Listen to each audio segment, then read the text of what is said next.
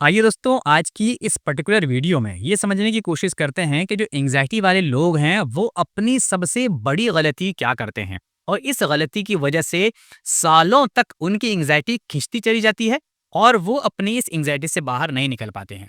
मैं भी एक टाइम पर एंग्जाइटी ओसीडी से परेशान था। मैं इससे बाहर आया और आपके साथ मैं वही एक्सपीरियंस यहाँ पर शेयर कर रहा हूँ। अब देखिए, एंग्जाइटी का मतलब क्या होता है पहले समझ लीजिए।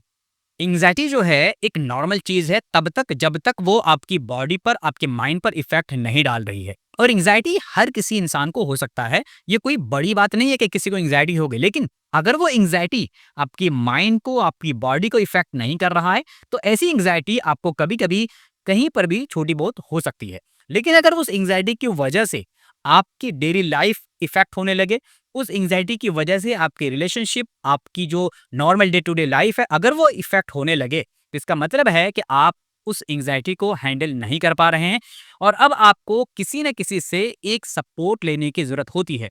लेकिन यहीं पर सबसे बड़ी समस्या होती है कि लोग इस चीज को कंसीडर ही नहीं करते।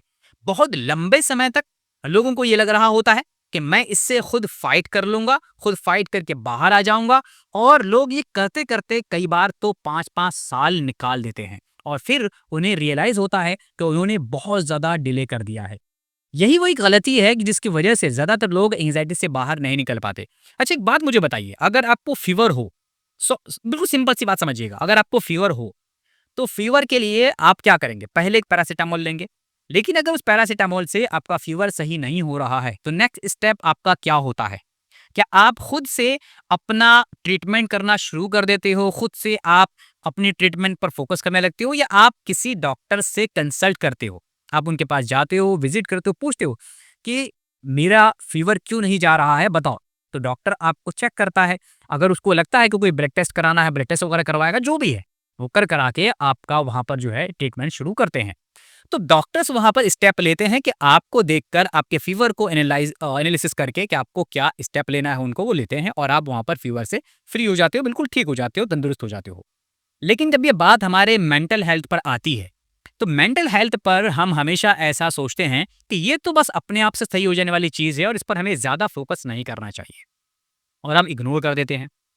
याद रखिए कि मेंटल हेल्थ पर आपका लापरवाह होना कोई अच्छी चीज नहीं है। मेंटल हेल्थ को बहुत ज्यादा अंडर एस्टिमेट भी आपको नहीं करना चाहिए। मेंटल हेल्थ को समझना चाहिए और समझकर आपको ये देखना चाहिए कि अगर आप किसी परेशानी में उलझ गए हैं, चाहे वो ओसीडी हो, चाहे वो एंग्जाइटी हो, चाहे वो पैनिक डिसऑर्डर्स हो, कुछ भी हो, अगर आप किसी भी मेंटल हेल्थ से ग्रस्त हैं तो आपको अगर खुद से वह चीज हैंडल नहीं हो पा रही है, खुद से आप उस चीज को नहीं संभाल पा रहे हैं, तो आपको उसका इलाज करा लेना चाहिए। अगर आप उसका इलाज नहीं कराते हैं तो इससे क्या नुकसान होता है सबसे पहले वो समझ लीजिए। देखिए, एक तो ये है कि आपकी जो डे टू डे लाइफ है वो इतनी ज्यादा इफेक्ट हो जाती है कि आप अपने नॉर्मल डेली रूटीन के काम भी सही तरीके से नहीं कर पाते। मैं इस फेज से बाहर आया हूं, इसीलिए मैं पूरी तरीके से इस बात को समझ सकता हूं, रिलेट कर सकता हूं आपके साथ कि कितनी बड़ी दिक्कत होती है।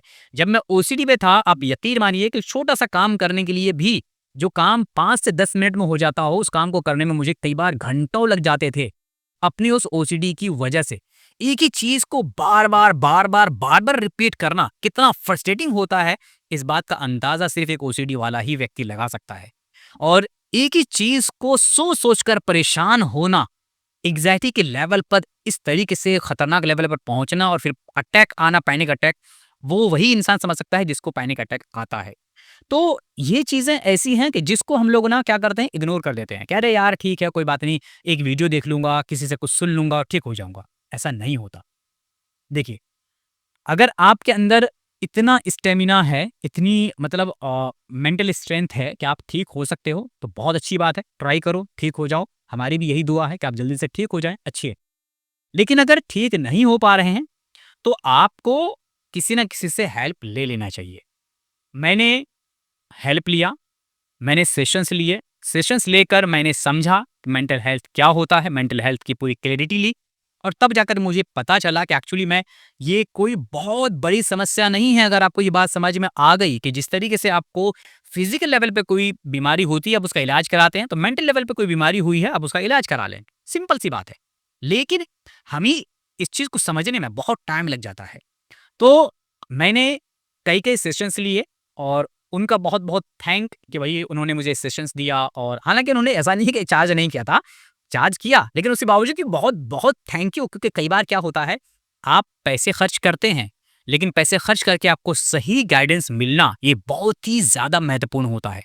तो उनका गाइडेंस मिला, उन्होंने मुझे स्टेप बाय स्टेप बताया कि भई क्या करना है, क्या नहीं करना है, कैसे करना है। सब कुछ स्टेप बाय स्टेप मैं करता गया। मैंने साइकियाट्रिस्ट से कंसल्ट किया और फिर जो है वहाँ पर सब कुछ इलाज वगैरह कराया और आज आपके सामने पूरी तरीके से मैं सही बैठा हूँ। ये सिर्फ़ इसीलिए हो सकता है क्योंकि जब आप स्टेप लेते हैं अपनी मेंटल हेल्थ की तरफ, अगर इसे इग्नोर करते हैं कि हाँ, ये चलो ठीक है, ऐसा हो जाएगा, वैसा हो जाएगा, तो ये कई बार लंबा खींच जाता है। इसको ऐसा मत होने दीजिए। देखिए, आपकी डे टू डे लाइफ से इफ़ेक्ट होती ही है। उसके साथ-साथ आपकी फैमिली बहुत ज़्यादा परेशान हो जाती है, क्योंकि वो समझ नहीं पाते हैं कि आपके साथ समस्या क्या है। आप उन्हें समझा नहीं पाते हैं कि आपके साथ समस्या क्या है। इस वजह से कई बार फैमिली क्लैश शुरू हो जाता है। कई बार फैमिली में अनबन शुरू हो जाती है। आप अगर किसी पार्टनर के साथ रह रहे हैं, वाइफ़ के साथ या मतलब बच्चों के साथ, तो वो समझ नहीं पाते हैं आपको और आप उनको समझा नहीं पाते हैं। आप फ्रस्ट्रेट हो रहे होते हैं किसी और वजह से। आपकी भी समस्या नहीं है, लेकिन उनकी भी तो कोई समस्या नहीं है ना, क्योंकि वो इस चीज़ को जानते ही नहीं है और जब वो इस चीज़ को नहीं जानते हैं, तो वो इस चीज़ को कैसे डील करेंगे? उन्हें पता नहीं है। तो यही वजह होती है कि दोनों तरफ से ये दिक्कतें शुरू होती हैं और कई बार फैमिली क्लैशेज़ शुरू हो जाते हैं। तो इसीलिए बेटर है कि ट्रीटमेंट लीजिए और ट्रीटमेंट लेकर सही हो जाइए। और अगर आपको किसी भी तरीके की कोई हेल्प चाहिए, तो आप जो है नीचे डिस्क्रिप्शन बॉक्स में हमारा नंबर होगा, आप वहाँ पर कॉन्टैक्ट कर सकते हैं। वहाँ पर जो है हम आपको गाइड कर सकते हैं और संडे टू संडे जो है हम क्लास लेने की कोशिश करते हैं। अगर अ, हर संडे नहीं होता है लेकिन मोस्ट प्रोबेबली ज़्यादातर संडेज़ को हम क्लास लेते हैं और उसमें जो है हम बताने की कोशिश करते हैं कि किस तरीके से इससे हमने डील किया और किस तरीके से हम इससे बाहर आए। लेकिन हाँ, एज़ अ डिस्क्लेमर आपको बता दें कि देखिए, हम कोई साइकियाट्रिस्ट, कोई साइकोलॉजिस्ट या कोई डॉक्टर नहीं हैं। हम इस समस्या से बाहर आए हैं और हमने इसको एक्सपीरियंस किया है, तो हम अपना एक्सपीरियंस शेयर करते हैं, उसके एक्सपीरियंस के बेसिस पे अगर आपको कुछ बेनिफिट मिल सकता है, तो एक बहुत अच्छी चीज़ है। तो मिलते हैं आपसे अगली वीडियो में। अगर आप चाहते हैं कि आप जो है ऐसी बातों से अप टू डेट होते रहें, तो चैनल को सब्सक्राइब करके रख लीजिए ताकि हम यहाँ पर ऐसी इन्फॉर्मेशन जब शेयर करें, तो आपको उसकी इन्फॉर्मेशन मिल जाए। मिलते हैं अगली वीडियो में। Thank you so much.